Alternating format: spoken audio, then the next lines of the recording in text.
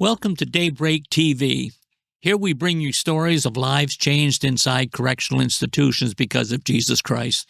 If you would like to hear more, please subscribe and hit the like button below. Today we are talking with George McEachern from Toronto, Canada, a longtime friend who came out of heavy chemical addiction and an attempted suicide.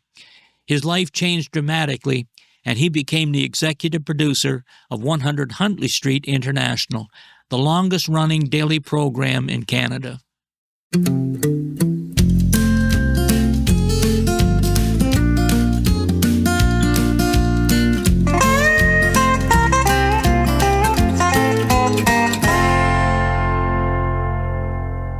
I want to thank you for joining us on the program today, and I have an awesome, longtime friend that I've known since the late 70s, and he's going to be sharing things from his own personal life and things from his ministry life and things with this prison ministry that he's also involved in. So this is not just about Daybreak Prison Ministry. This is how all the prison ministries can come together, and people inside the prisons and people out in the community and in our churches will begin to understand how much help is out there, so we can challenge people, help them get the help that they need.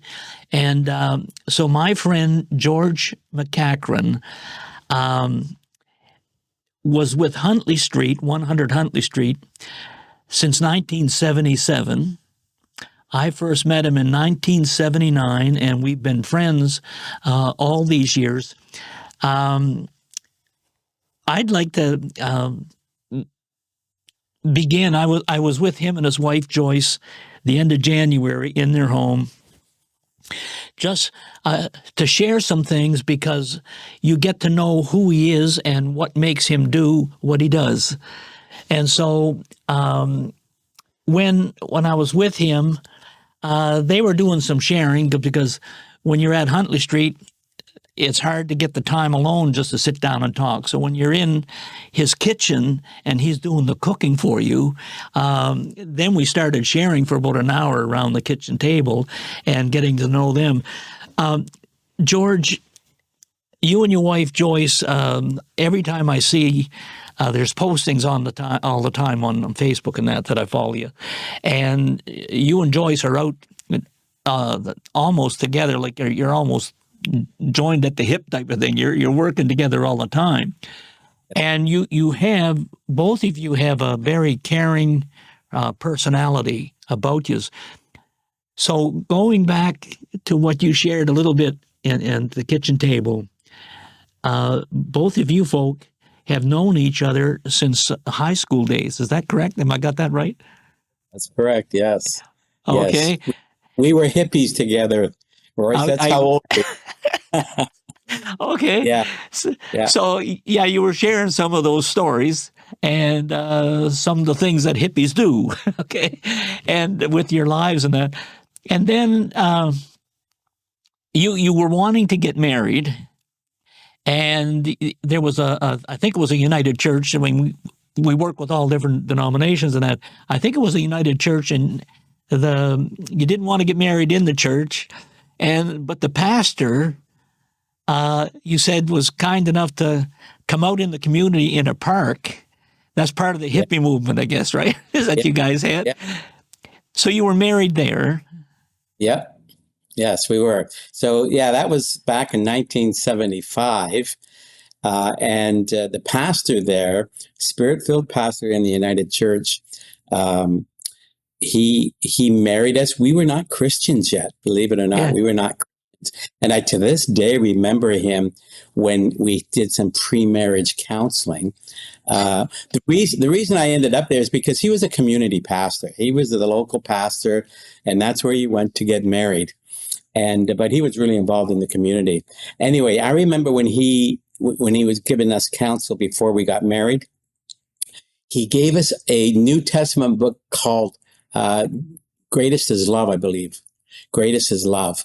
And he wrote in it, "For God so loved George and Joyce that he gave his only begotten son."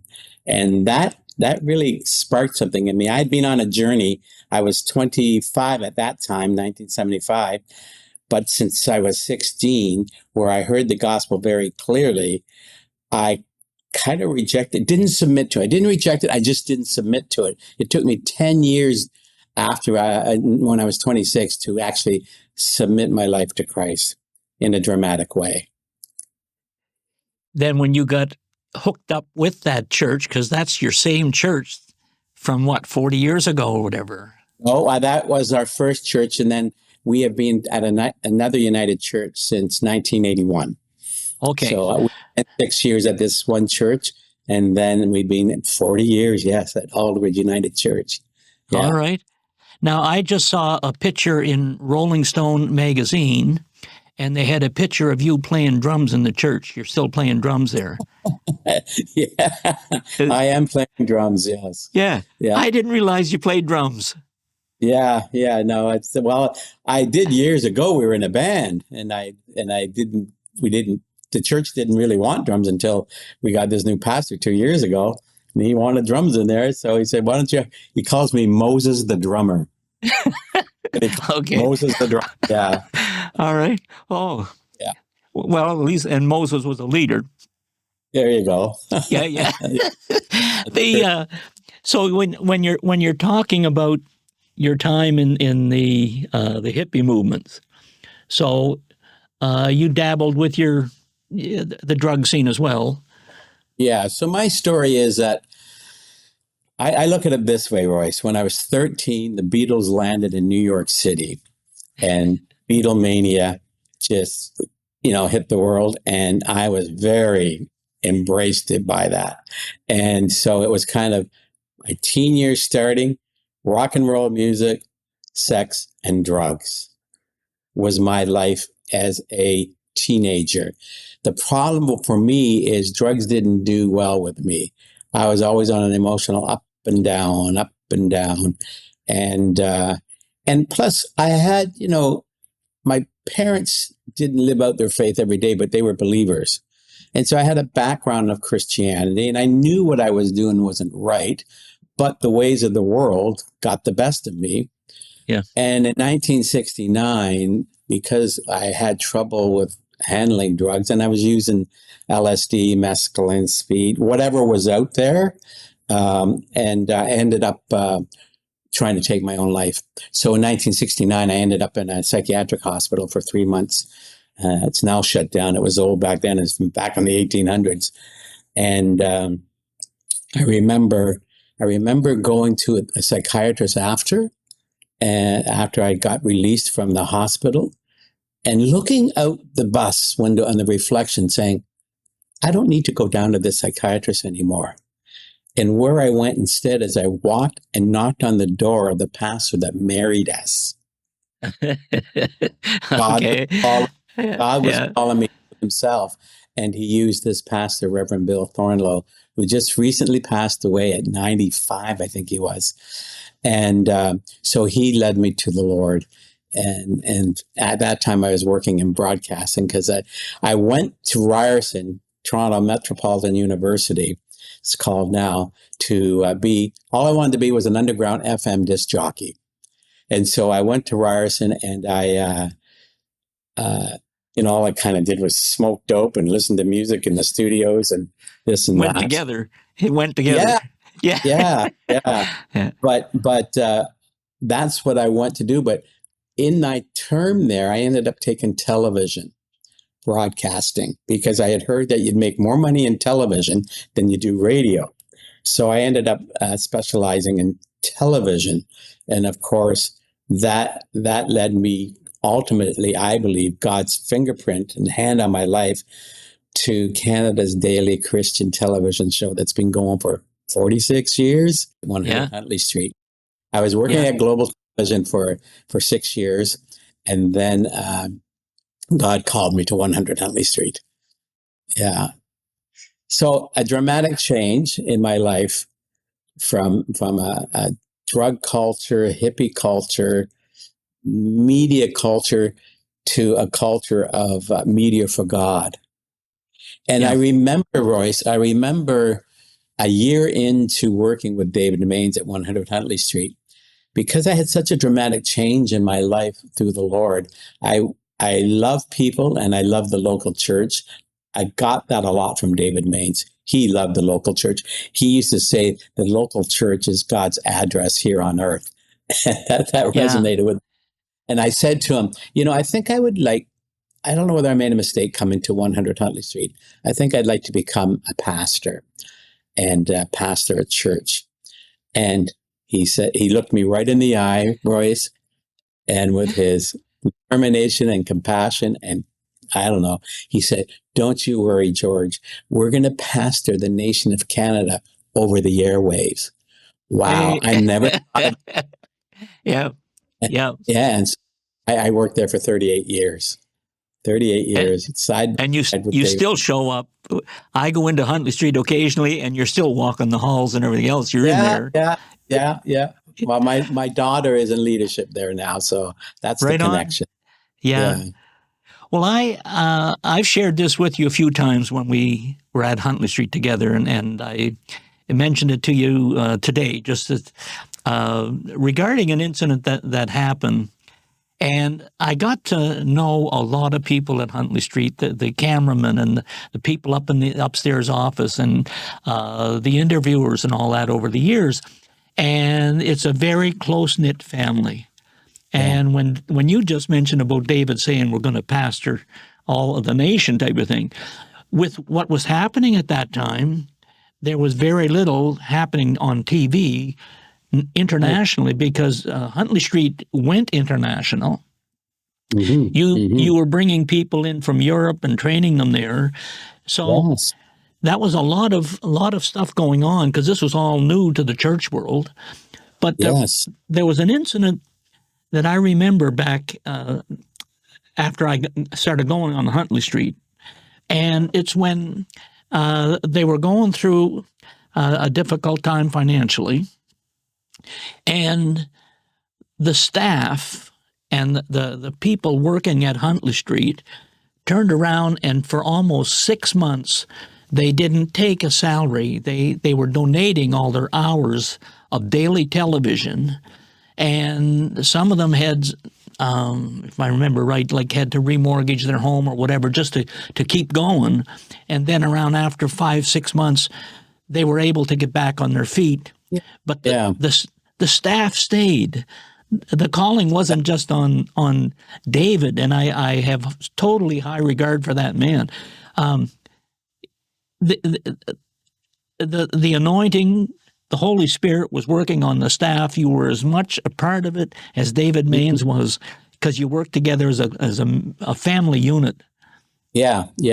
That's very true. I mean, over decades, the economy has ups and downs, Yeah. and downs. So when it's down, it's a struggle for a lot of charities, churches, for not-for-profits and charity organizations. But God was faithful. We hung in there, and God provided for us. And people found that miracles happened in their life financially through that troublesome time. But God was good. And here we go, 46 years later, the ministry still, well, actually, the ministry of Crossroads itself is over 50 years old. Yeah, they started in Sudbury, I think, at one. Yeah. Yeah. Well, with when you were sharing, and I thank you for doing that, as far as sharing your background with the drugs and the stuff that you had to go through and almost taking your life. That helps you to understand the people that you're working with. Like, you have a very caring heart. I know that. And a lot of people raised in the church don't understand what's going on the street and what people are hooked into with all these damaging drugs and the lifestyle out there. But when you've already went through that education, you know what people are going through on the street. Yeah. And when you see something like that, you just automatically jump in because you know the situation and you've been there. I think it's been there, and it's, but by the grace of God go I. I believe God spared me from being incarcerated and getting busted or whatever. Because there were times where it should have happened, but it didn't. Yeah. And this is what I tell young people too. And I pray if they're in trouble and they're dabbling in the wrong things, oh God, protect them, that a decision they make would not have an everlasting effect on their life, i.e. incarceration. And now, with that said, Royce, even incarceration, men and women come to know Christ within the prison system. So it's not to say that God's not there and their life's ruined forever. God reaches everywhere, and he's there in the prison as well. But you know as well as I do, once you have a criminal record and you're incarcerated, your life can spiral even more downhill. Mm-hmm. Yep. And that's why we have a ministry of going in and trying to help guys. I remember when we were finishing off lunch at your place in January, and a knock came to the door. And so Joyce answered the door. But again, this is part of who you guys are. You know what? Hollywood has their super couple. Toronto has their super couple. Okay. Oh, stop it. No, look. Automatically, you got your coat, and this gentleman was standing at the door, and he ran out of gas, and so here he is. Off of your street, but I don't know if there was 4 lanes or if there was 6 lanes, but there were buses whizzing by at lunch hour in Toronto, right? And a shopping mall just down the street. Like, it was a busy, we don't get that in Pine Tree. You know, we might have a deer across the road, but not all this traffic. But here, you and I are out helping this guy. He was the furthest lane over, and we had to push that car through all these lanes of traffic to get it over in front of your house, to get it out of that mess that he was in. Yes. What got me was, in the back seat, he had just been at the food bank. And so he wanted to thank us, and he brought out 2 boxes of cereal. Isn't that something? Just to thank. He didn't have the money, and so we told him, no, you can have that. And then you took him in your vehicle, and he had a little tiny gas can, but you took him up to get gas. He got filled up, and he got on his way. Absolutely. It sounds like a Jesus thing. But wasn't that a wonderful experience to share together, Royce? Yeah. Because I know that's your heart as well. Yeah. And God presents those opportunities to us. And we, some people would say, oh, who's that stranger? I can't answer that door. But, the Bible says we entertain angels when we entertain strangers. Yeah. And certainly there was an angel hovering over that guy, and God worked it out for him. Yeah. It's amazing how God does that. When we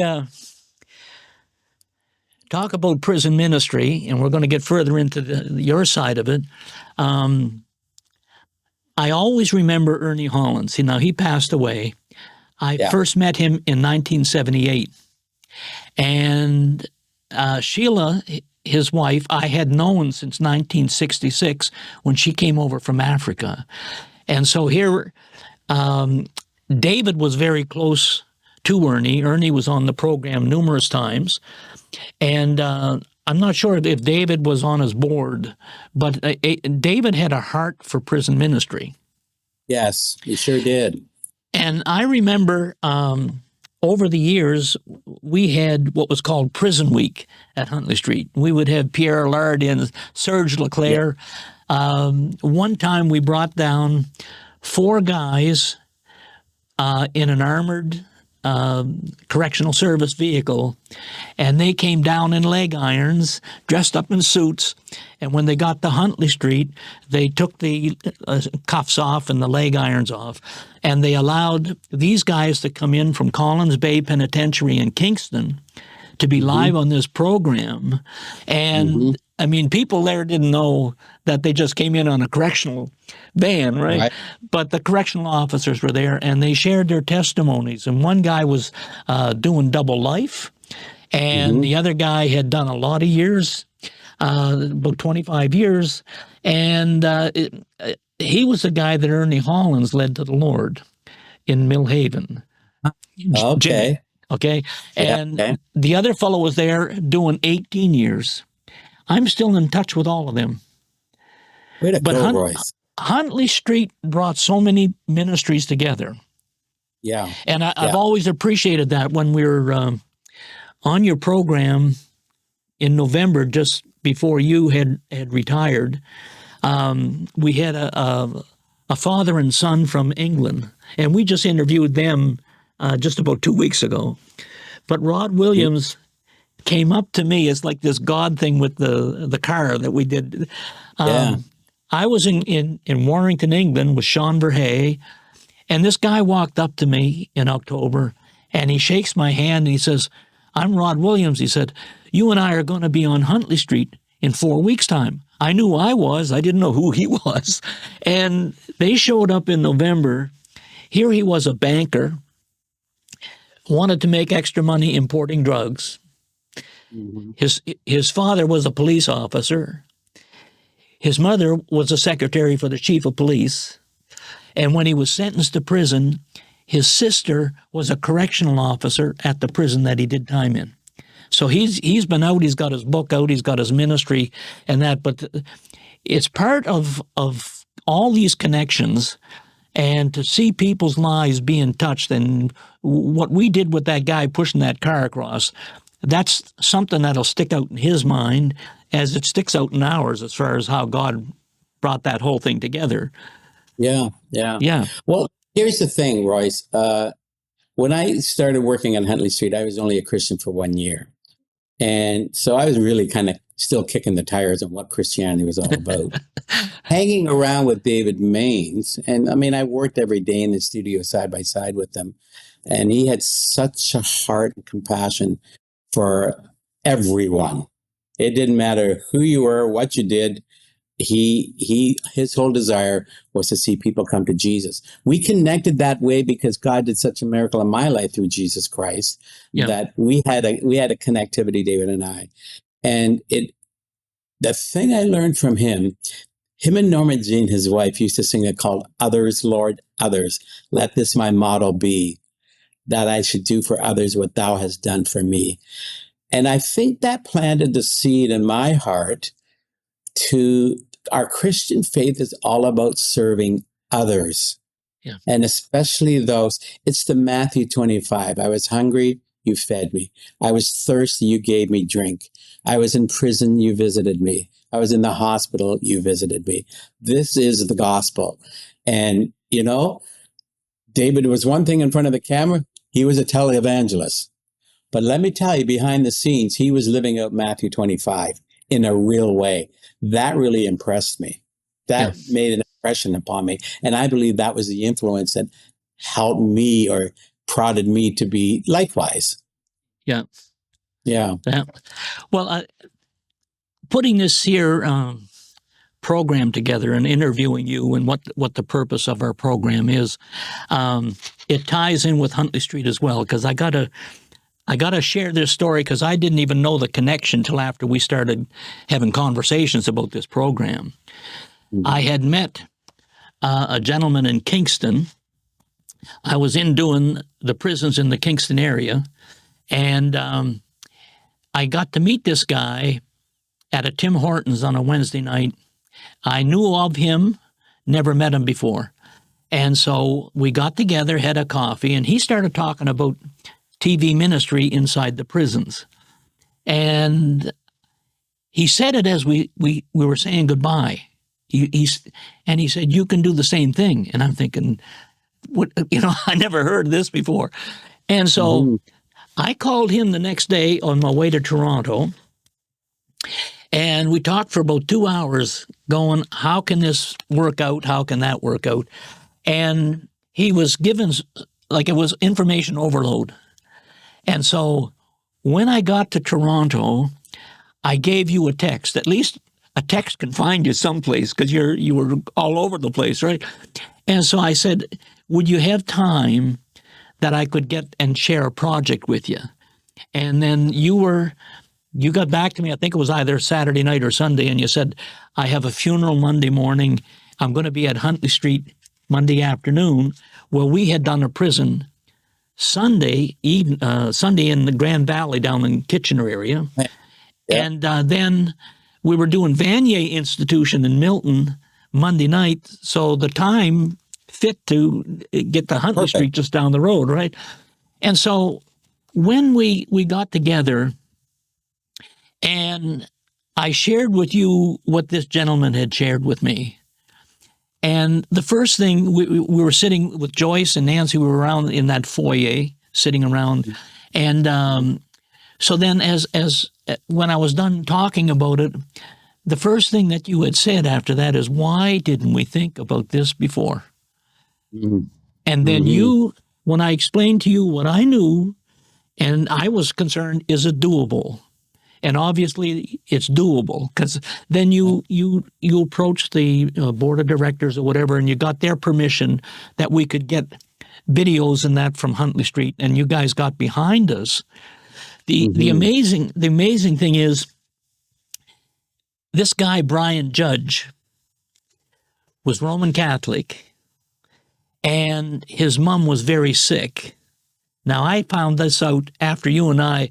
You're the first person I talked to about doing this TV ministry, and that was back in 2018. So you're the first one I called, right? So you're the man with the knowledge. And Brian, his mom was sick, very sick. And so he had come home from school, high school, and his aunt was there, his mom's sister. And she told him, why don't you call 100 Huntley Street? Now, this is back when Huntley Street was getting going, right? And so she said, your mom always watched Huntley Street. So Brian calls 100 Huntley Street, and they prayed for Brian's mom. Then the lady on the phones then prayed with Brian, and he accepted Christ, and she prayed with him on the phone. So that whole family, his mom got better and got out of the hospital. And so that was the change in his life. And here we are in 2019, and he's talking about prison ministry going in. And Huntley Street came out, right? I was speaking to him 2 days before he passed away. It was Tuesday afternoon. He was taking treatments himself north of Kingston. And he called me, and he passed away Thursday morning. The last thing out of his mouth to me on Tuesday afternoon, because he knew so many of the inmates that were Christian guys that were sharing their stories and all that. And so the last thing out of his mouth on Tuesday afternoon, he said, Royce, we have to get Jesus into the cells. He knew Serge Leclerc. He knew Jimmy. He knew all these guys. See, and so that's how all this here, it was just an encouragement from him. So then we started hooking up and talking, and then I knew that you were involved with Kairos Ministry. Right. Yes. That's a hands-on, inside the institution type of ministry. And here you are, the executive producer of 100 Huntley Street. And I think you said it was the longest-running Canadian TV program? And still going. Daily. Yeah, still going, yes. Yeah. Yes. And so here you're in that position, and you're turning around now, starting to get involved with Kairos Ministry. A lot of people never heard of Kairos Ministry. Right. So you've been there for a number of years. Explain what Kairos Ministry is. Yeah. Okay. So I started Kairos Prison Ministry actually in the United States before the Canadian chapter was born. And Kairos, it's really, I don't know whether you ever heard of Fourth Day movements like Cursillo, which started in Catholic Church. At fourth day, 3 days of an intense, not intense, but a lovely, I call it a bath in God's love. And is for 3 days, the fourth day being the rest of your life. And so what it is you go in with, and we kind of, Kairos Prison Ministries is kind of based on a Fourth Day movement. And you go in and you spend 3 days inside with the guys, and you have lunch and dinner with them. We used to be able to take the dinners in, and that was the drawing card. We can't do that anymore, but we still do the retreats. There's about 10 talks. There's meditations. There's chapel time, lots of worship. And the talks are things like you're not alone, choices, the church. We are the church.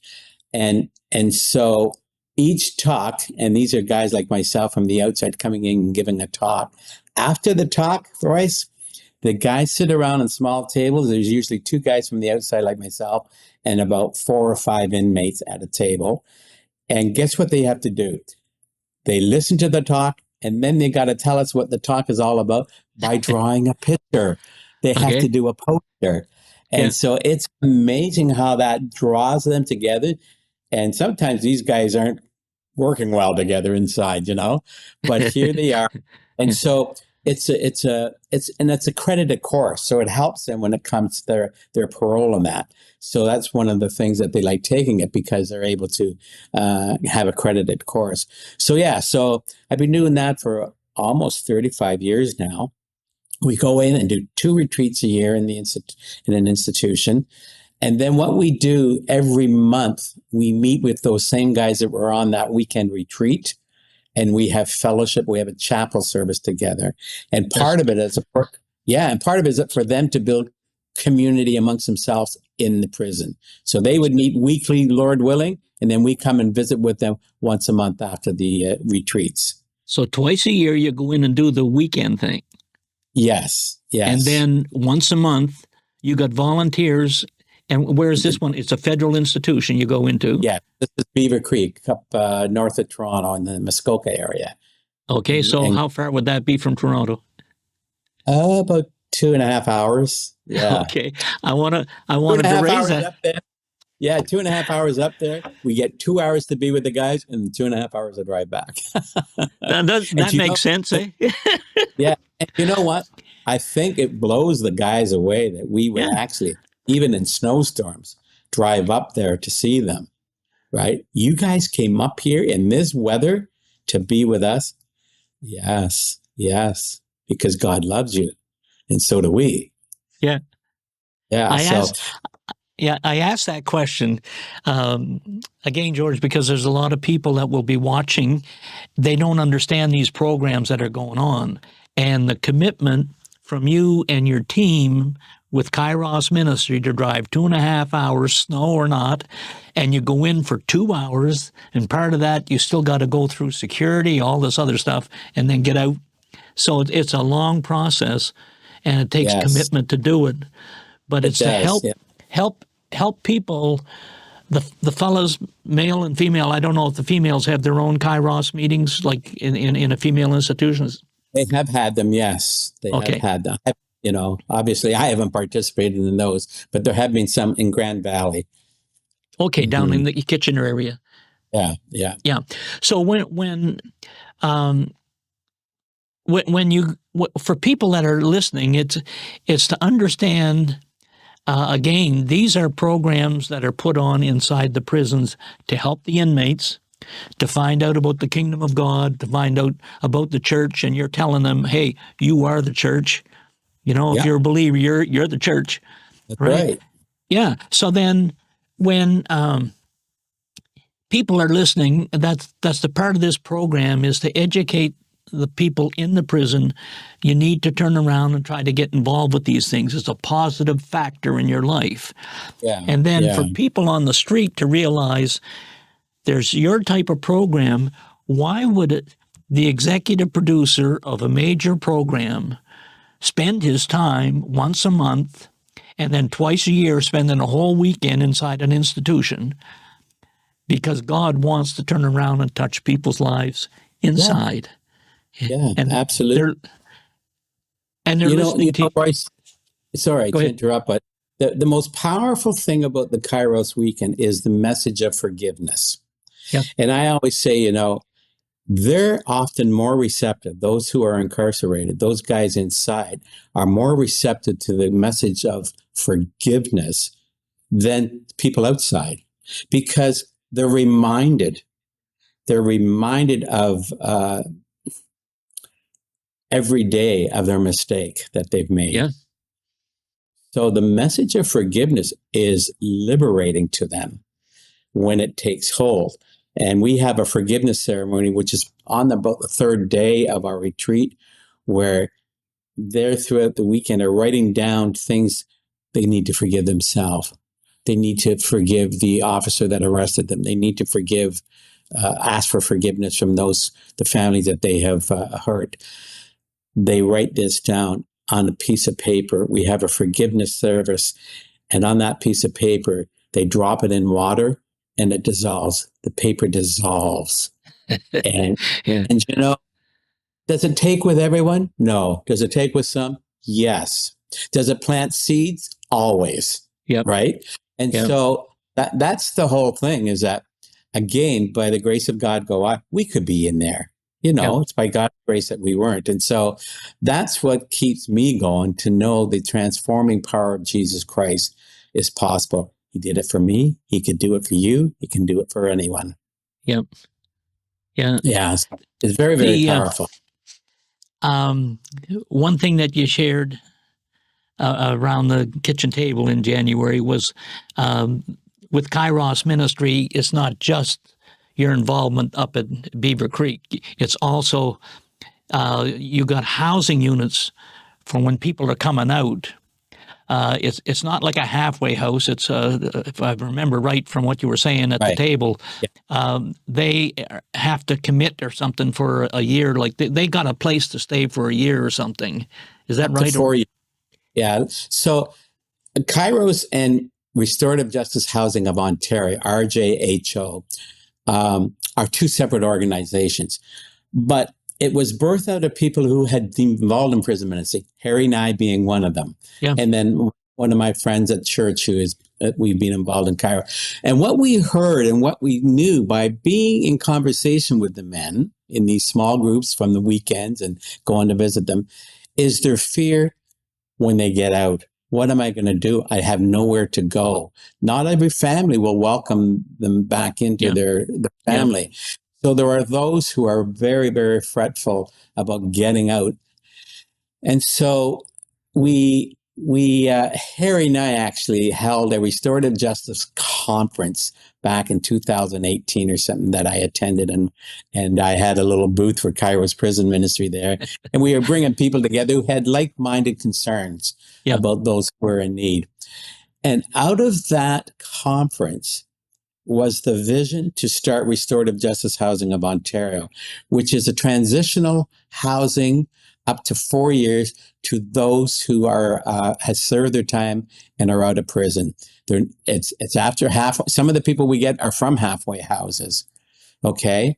And so we spend time with them. We give them transitional housing. The money comes directly out of their OW payments, Ontario Works, or ODSP, the disability.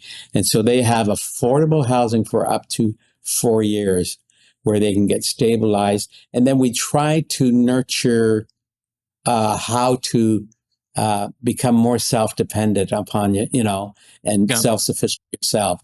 And so, and we connect them with, getting their license back, getting their health card stuff, getting all these documents, or getting them to a family doctor, taking them to food banks, meeting together every month to have a community meal together with the all the houses coming together. So that's what it's a small organization. It's only been going for 3 to 4 years, 3 years actually, and doing really good work. And so I volunteer for them. And it's a good fit because I could see the need from the years and years of being in prison. Yeah. And so this kind of answers some of the needs that are there. But let me tell you, though, Royce, it's a tough road because you find a lot of guys coming out have a lot of struggles with mental illness. Now, whether it's from the medication they've been on or the trauma that they've been through, I don't know. I don't want to blame anyone. All I know that the reality is a lot of them have struggles with mental illness, and we walk the journey with them. We walk the journey with them. That's a key right there, is working with them, walking the journey with them. I remember people coming out of like Renous Institution, when they've been in a long time, even our money in Canada changed. It's colored money. One guy came out on a day pass, and a correctional officer took him on a day pass, and they went into a shopping mall. He had never seen an escalator before. and he got sick to his stomach. He was scared to sit on it. So that it's a big adjustment. Even a person to go to a mailbox and drop a letter in, we don't realize how much they've been programmed inside the institution, because it's up in the morning, to bed at night, lights out. And so now when they're out there, to have a group, like you're saying, you're walking the journey, that's a powerful thing to have happen. And to have a place for 4 years, it allows a stability. Instead of you're in here for 3 months, then you got to go. It's a long term. Right. That's right. That's you're a big giving help. them time and opportunity to reconnect with culture. Yeah. It's beautiful. It's in the trenches, though. Let me tell you, you're in the trenches with this kind of stuff. Yeah. Well, that's part, again, what we started talking about at the beginning is you sharing. This is not, like you're already an executive producer. You're taking your time to go that area, 2.5 hours away. You're committed, and the team that goes with you, it's a lot of preparation before you even get there. Oh, absolutely. Yeah. Yeah. So then when people hopefully will begin to hear about these programs, as I mentioned earlier, churches will begin to hear about it. And the families, a lot of times, when I was with Sean Verhey in Warrington, they have a sycamine tree, I think it's called, and it's dealing similar to restorative justice. And when I was there in the prison, the inmates had gone through this program, and they had to work through their issues and the crime they did and everything. And that particular day that I was there, it was graduation day, as with the Kairos, right? Here's some of the victims sitting at the back of the room, and you have all your correctional staff. And these guys are sharing letters that they have written to the victim. And so they have come to grips with it and apologizing to them. Now, some people that are victims are not ready to hear it. Like, it's still a lot of, they were nervous coming in. But when they are able to, it's part of restorative justice, and when they are able to turn around and start owning what has happened, there's a lot of this, like you're talking about, the forgiveness of forgiving yourself, when you come to grips with, I can't just sweep this under the carpet, because you can't anyways. It's always going to be in here unless I deal with it. So, absolutely. I thank you for what you're doing and your group. 35 years. Yeah. 35. And we're trying to encourage younger people to get involved, because look at our hair color here, Royce. we need to pass it on. Well, hey, we can't go on that topic, okay? Okay. So, 35 years, you must have started when you were 10. There you go. Yeah, there you go. Okay. Yeah, I know. It's been so rewarding. It's so rewarding to see what God is doing. I had being at 100 Huntley Street, I had a sense of evangelism, a passion for evangelism. But I learned something in the prison through these talks that we give. And one of the talks is talk about friendship with God. And there's a saying that kind of resonated with me and turned my thinking of evangelism upside down, because, as a new Christian, you want to go and tell them about Jesus and get them saved and put another notch in your belt. Yes, that kind of attitude. Yeah. In one of the talks, it says, make a friend, be a friend, bring a friend to Christ. And, it's in reverse, actually, of what often we've done as Christians. And so it's loving them through God, being their friend, be with them. And you might have the opportunity for them to hear the love of God for them, and that their lives would be surrendered to Christ. Doesn't always happen, but that's okay. You know as well as I do, all our work, when we plant seeds, someone else will do the watering, God will do harvest, Yeah. right? So it's beautiful. Yeah. And and you don't know who's going to be touching whose life. You do your part, I do mine, and Yeah, yeah, you know, yeah. And you know what? The other thing is too, for those who might be watching and say, "Oh, do you think I can do this kind of stuff?" Of course you can. The thing for me, ever since since retirement, I was looking for a second career of ministry. Right. Well, you don't have to look too far because the needs are great. yeah, And the thing about serving God in different ministries and capacities is it gives your own life purpose. And you are often much more rewarded than those that you are ministering to. yeah. And Uh, so when you mentioned about um, be a friend, and make a friend, then be a friend, yeah, and then be a friend of Christ. yeah.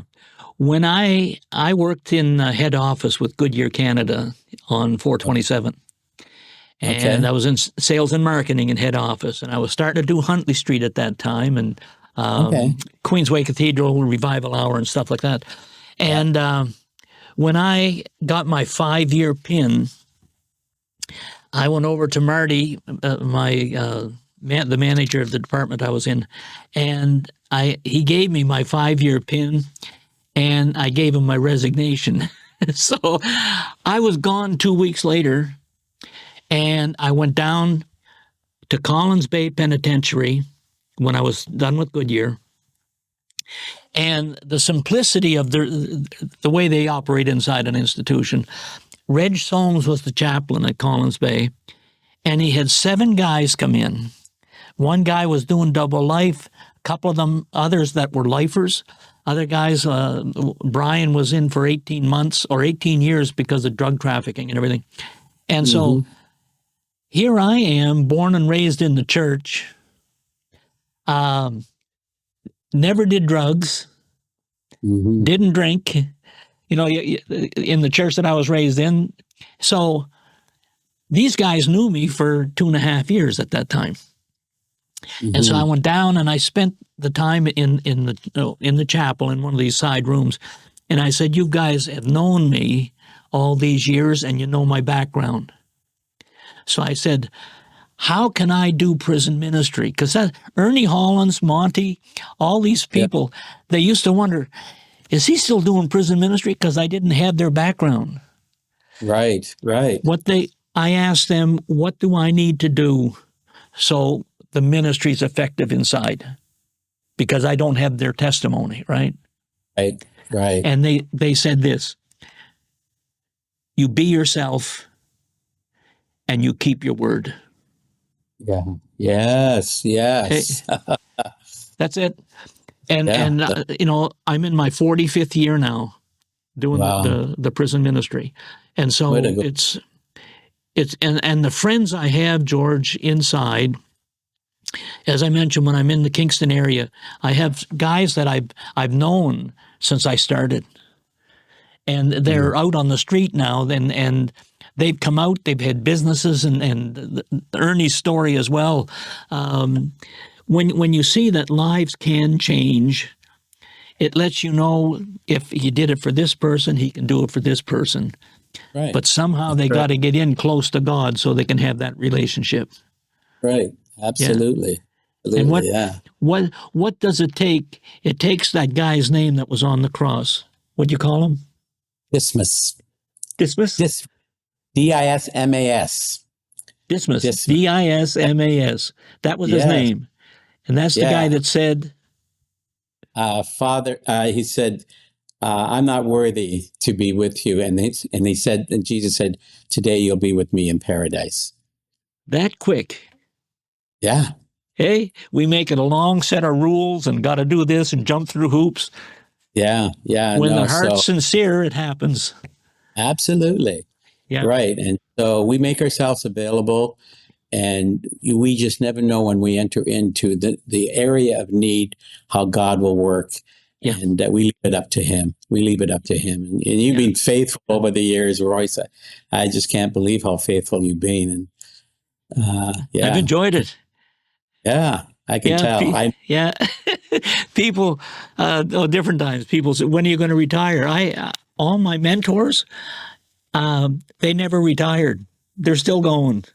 You That's know, right. when you enjoy it and you see what God's doing, and you see lives coming together, you see families coming back together, and how God, when they begin to walk in their faith and in that relationship and becoming a friend with Him, then they have that relationship, and then you begin to hear the stories of how God met their need here, met their need there, because you went in with your friends and planted seed.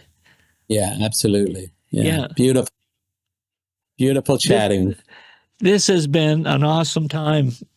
It's taken 2018. It's taken 6 years for us to sit down in front of the cameras and see this come to pass. Yeah, I tell you, if I'm down east, Royce, I'm definitely coming to see you for sure. If I hear you're down east, I'm going to come and see you.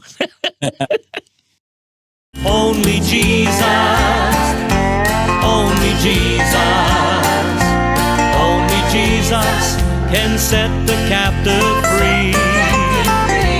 Break the chains of sin that bind, free the soul and free the mind. Only Jesus can set the captive free.